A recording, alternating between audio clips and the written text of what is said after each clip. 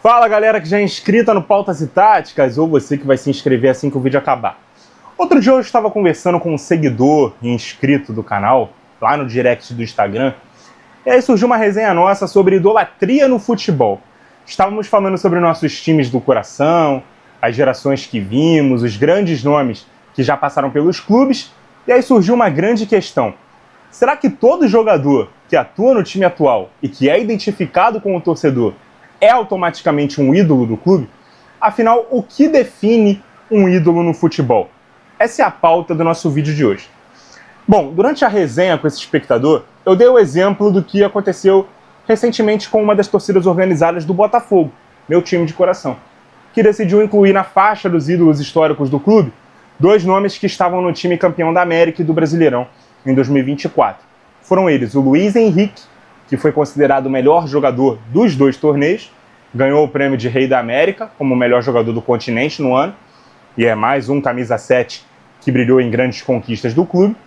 E além dele o Marlon Freitas, capitão do time, e que além de exercer importante liderança no vestiário, especialmente em seus discursos pré-jogo, ele era o único remanescente da temporada 2023 que seguiu sendo titular em 2024. Inclusive ele foi um dos mais criticados na reta final do Brasileirão perdido pelo Botafogo no ano retrasado, pois no fatídico jogo contra o Palmeiras, quando o time deixava uma vantagem de 3-0 escapar num confronto direto, ele foi pego pelas câmeras sorrindo e piscando o olho para um adversário, como se não estivesse ligando para o que estava acontecendo em campo. Foi duramente criticado, teve sua saída para o Vasco, especulada, mas ele ficou, se redimiu, deu a volta por cima, se tornou um dos alicerces para o desfecho positivo no ano seguinte. Vale ressaltar duas coisas. Primeiro, que esses jogadores foram incluídos numa faixa em que tinha rostos de nomes como Garrincha, Newton Santos, Didi, Amarildo, Quarentinha, Heleno de Freitas, Gerson, Jairzinho, Túlio e o ex-presidente Carlito Rocha, que foi quem instaurou a alma supersticiosa, tão famosa entre os torcedores do clube, e que era o dono do cachorro Biriba, que tinha uma mancha branca semelhante a uma estrela solitária e que acabou sendo adotado como mascote oficial do clube. A outra coisa que eu quero ressaltar é que foi uma iniciativa da torcida organizada que é responsável por essa faixa, promovendo uma votação nas redes sociais, onde ela pedia para os torcedores escolherem dois nomes do elenco de 2024 para serem incluídos na faixa dos ídolos do clube. Então os jogadores foram incluídos lá por terem sido votados pelos próprios botafoguenses, beleza? O que eu acho disso tudo? Primeiro que eu acho sinceramente que os nomes que fizeram história em 2024 devem ter ali um lugar só deles, e justiça seja feita, há uma outra faixa da torcida com os rostos de todos os jogadores do elenco de 2024 em homenagem ao maior ano da história do clube. Não sei se é da mesma torcida organizada, tá? Mas enfim. Mas não se deve escolher um ou dois ali para colocar ao lado dos maiores nomes que o clube já teve. Primeiro porque os dois nomes escolhidos não são unanimidade, não é todo mundo que concorda. Foi a maioria dos que participaram de uma votação em rede social de uma torcida organizada, né? Então é um fragmento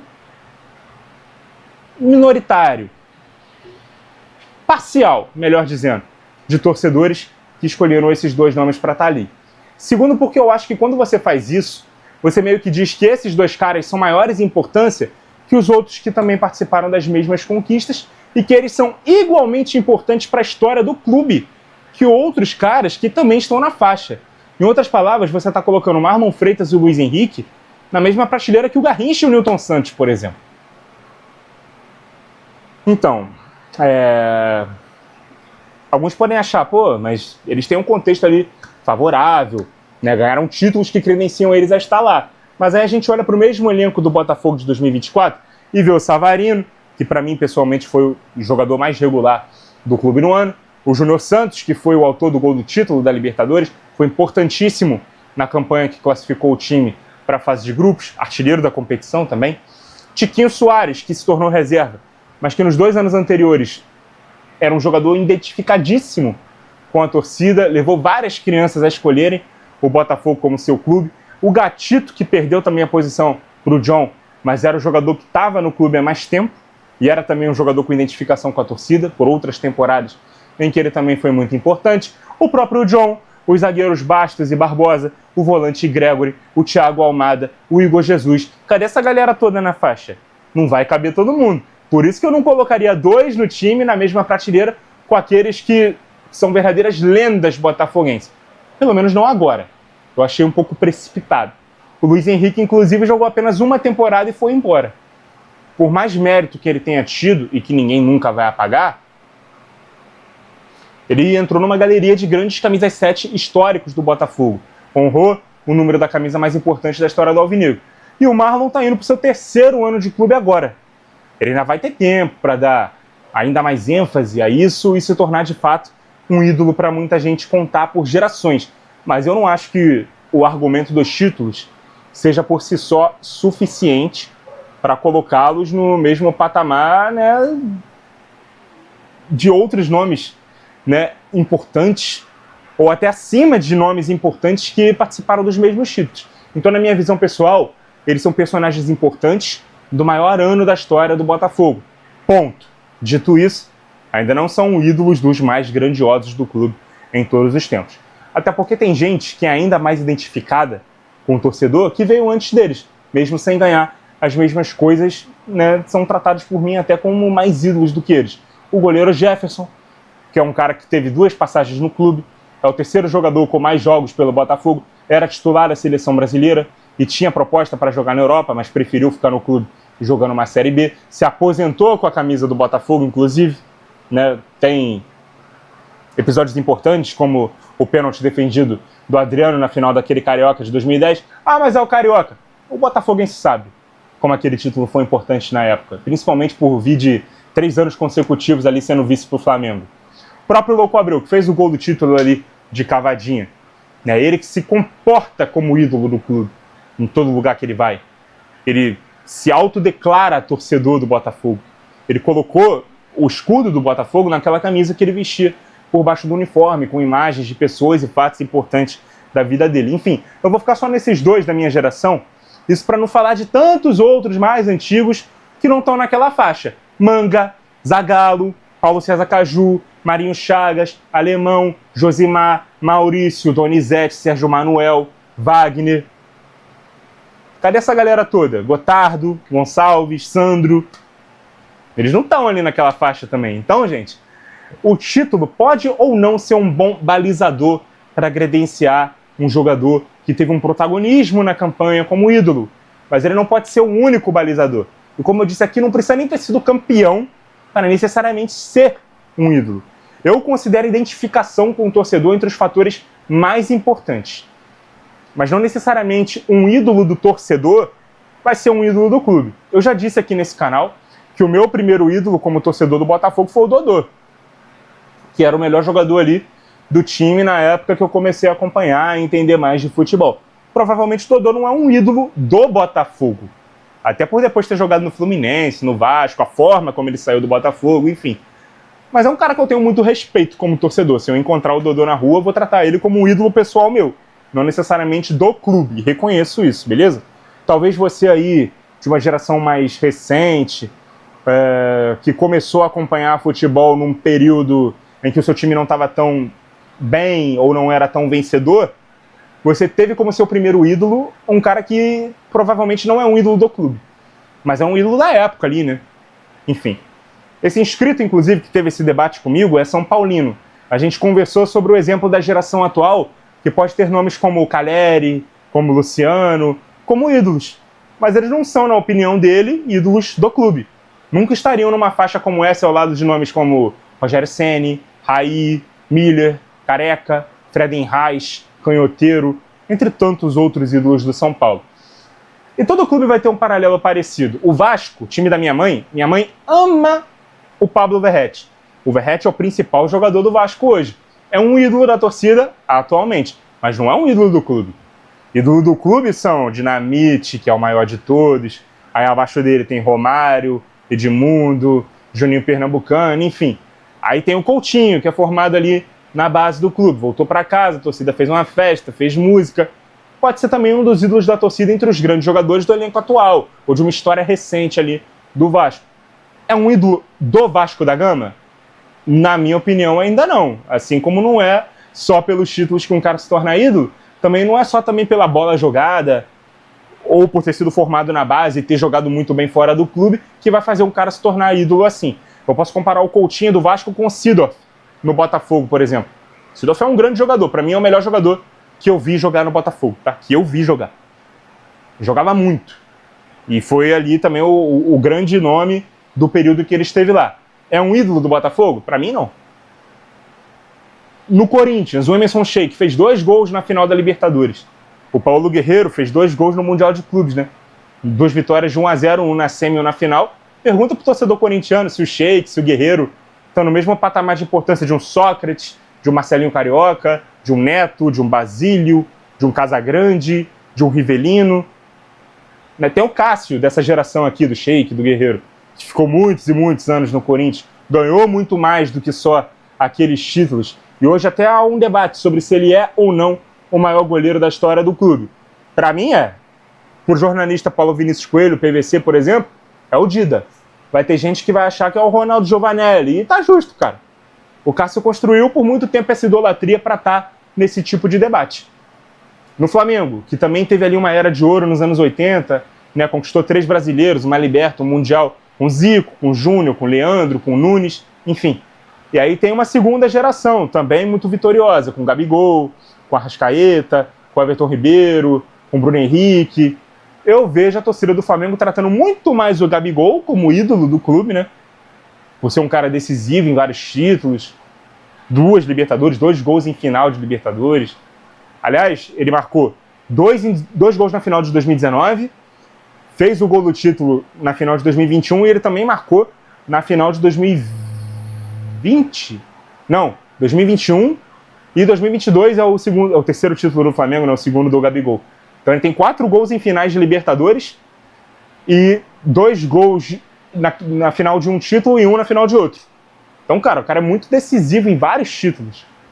Né? Os outros parecem só grandes jogadores que participaram das mesmas conquistas. Por mais que o Arrascaeta, que o Bruno Henrique, inclusive, tenham mais taças conquistadas do que o Gabigol, porque permaneceram por mais tempo, que a questão aqui também é a identificação.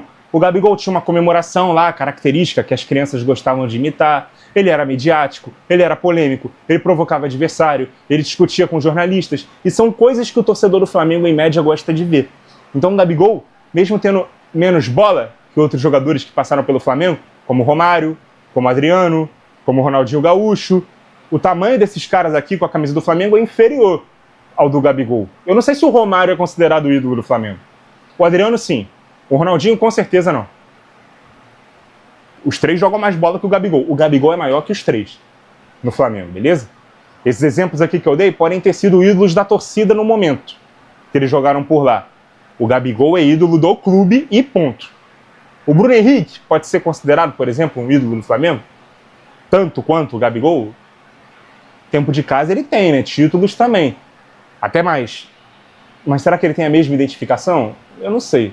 Só torcedor do rubro-negro aí que pode dizer. E aí teve essa história aí também de o envolvimento com fraude, coisa de aposta, enfim. E aí isso aí pode minar essa idolatria do Bruno Henrique institucionalmente falando.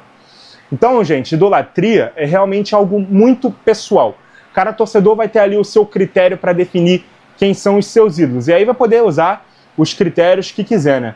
Protagonismo em campanha de título, qualidade como jogador, né, propriamente dita, tempo de casa, mas eu acho que principalmente identificação com o torcedor é a mais importante.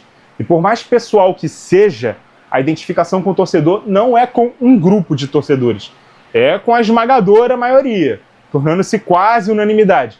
Quando isso acontece, a gente pode cravar. Esse cara não é só um ídolo de momento, ele é um ídolo do meu clube de coração, beleza? E a gente também tem os casos de ter um sentimento de idolatria por jogadores que nem jogaram nos nossos times de coração. Tem muita gente que é muito fã do Neymar, por exemplo, pelo jogador brilhante que ele foi no auge da carreira, ou pela personalidade dele, ou por causa da seleção brasileira, ou por causa dele no Barcelona, né? A mesma coisa o Romário, o Ronaldo Fenômeno, o Ronaldinho Gaúcho, até nomes internacionais como Messi, Cristiano Ronaldo.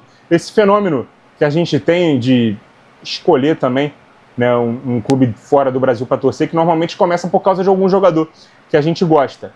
Eu tenho como meu jogador preferido que eu vi jogar o Thierry Henry. E eu não torço pro Arsenal, estou aqui com a camisa do Arsenal porque eu achei propícia para falar sobre esse tema, né? Porque quando eu comecei a acompanhar futebol internacional ali em 2003, ele estava no auge da carreira, né? O Henry no Arsenal. Me encantava muito ver ele jogando. Mas antes disso eu já tinha escolhido o Bayern em 2002, né? Porque eu vi o Oliver Kahn jogar pela seleção alemã na Copa e eu ouvi na transmissão alguém dizer que ele jogava no Bayern, que era campeão do mundo de clubes. E eu com 6 anos não entendia muito assim de futebol. Eu pensei, pô, que legal, não sabia que dava para um clube de futebol ser campeão do mundo. E aí passou uns meses, né, depois da Copa, tô eu zapeando os canais abertos, eu não tinha canal fechado em casa. E aí eu coloco no canal 2, o que tá passando? Bundesliga, campeonato alemão, jogo do Bayern. Quem tava jogando? Oliver Kahn, que eu gostei tanto de ver na Copa. Pronto, comecei a torcer pro Bayern desse jeito. Se fosse um pouquinho depois, talvez hoje eu estaria torcendo pro Arsenal por causa do Henry. Mas o Henry não deixou de ser meu ídolo, tá ali na minha parede, inclusive por isso. Quero colocar o nome do meu filho de Henry, por causa dele. Ele era muito bom jogador. E o nome é muito bonito também, né? Convenhamos. Da mesma forma, tantos outros escolheram aí Real Madrid por causa do time dos Galácticos, ou pelo Cristiano Ronaldo, o Barcelona pelo Ronaldinho, ou pelo Messi, ou pelo Neymar, que seja. Né? A Roma pelo Totti. Eu conheço muito brasileiro, e inclusive famosos aí, jornalistas na internet, que gostam da Roma por causa do Totti. Né? O próprio Arsenal pelo Henry. Eu conheço muita gente também que gosta do Boca Juniors, por causa do Riquelme, por causa do Maradona. Eu já gostava muito do Riquelme. Aí eu fui assistir a série do Maradona na Prime Video, e eu vi ele com aquela camisa do Boca de 81, lindíssima. Eu falei, cara, eu vou comprar essa camisa. Eu fiquei mais fã do Maradona, né, depois que eu vi aquela série. Eu falei, pô, quero essa camisa, mané. Aí achei na internet, comprei, eu tenho aí a camisa. Botei até o número 10 nas costas, por causa do Maradona. O Guardiola, que é o meu técnico preferido no mundo, tá ali também na minha parede. Né? Acho que tá dando pra ver, né? Ou é desse lado aqui? É desse lado aqui, melhor, pra vocês verem. Pô, cara, ele foi técnico do Bayern, que é o time que eu torço na Europa, e eu passei a ser tão fã dele que quando ele foi treinar o Manchester City, eu passei a querer o sucesso do City também. Eu comprei uma camisa do City, escrevi Guardiola nas costas. Enfim, a relação do fã com o ídolo também é importante para fazer uma pessoa se tornar torcedora de um clube. E no caso desses exemplos aqui que eu dei, um fã de um clube internacional. Mas principalmente quando é o assunto ídolo do clube, não somente o ídolo pessoal de alguém, eu acho que é preciso tempo, né, para o cara realmente se tornar esse ídolo. Pô, me perdi aqui. Me achei. Eu acho que é preciso tempo, né, para esse cara realmente ter a sua imagem muito identificada, né, com esse clube, ser quase unânime ali entre os torcedores. Isso para mim é muito mais importante do que a bola que o cara joga, ou os títulos que o cara ganhou, enfim. Eu acho que quando a gente contar a história dos títulos em questão, a gente pode citar um personagem ou outro ali de uma forma individual. O Pet e o Adriano, do Brasileiros de 2009 do Flamengo, o Fred e o Conca, do Brasileiros de 2010 do Fluminense, o Diego Souza e o Alexandro, né, o Éder Luiz, o Dedé, da Copa do Brasil de 2011, do Vasco, o Luiz Henrique, o Marlon Freitas, né, o Savarino, o Almada, enfim, né, da Libertadores de 2024 do Botafogo. Mas daí a colocar esses caras no mesmo patamar, com o perdão da palavra, dos deuses do clube, eu pessoalmente já acho exagero, beleza? Mas qual é a sua opinião? Quais os critérios que você usa para definir quem é ídolo e quem não é do seu clube? E você acha que todo ídolo, né, de momento, pela bola que joga, ou todo grande destaque ali de uma conquista de título, é automaticamente ídolo de um clube? Eu quero muito ver a opinião de vocês aqui nos comentários. Muito obrigado a você que acompanhou o vídeo até aqui. Continue ligado no Pautas e Táticas. Até a próxima!